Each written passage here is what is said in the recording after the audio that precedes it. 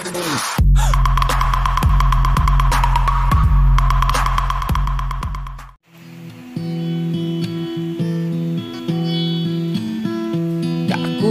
sa bunok, bunok sa ulan. Doon ako'y nakita babaeng nagdagan, basang iyang biste, ug daw gitugnaw siya.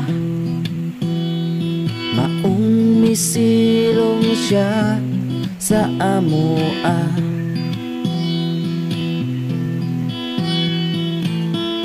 Ako siyang gituol o gipadayon,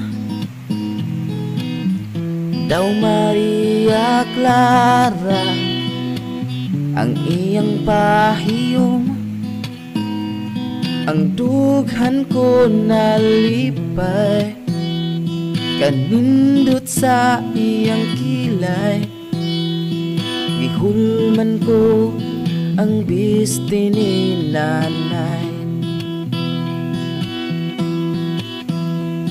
Kanindot sudungon sa iyang panaguay, kaliterang nga nawagtang ang akong kalaay.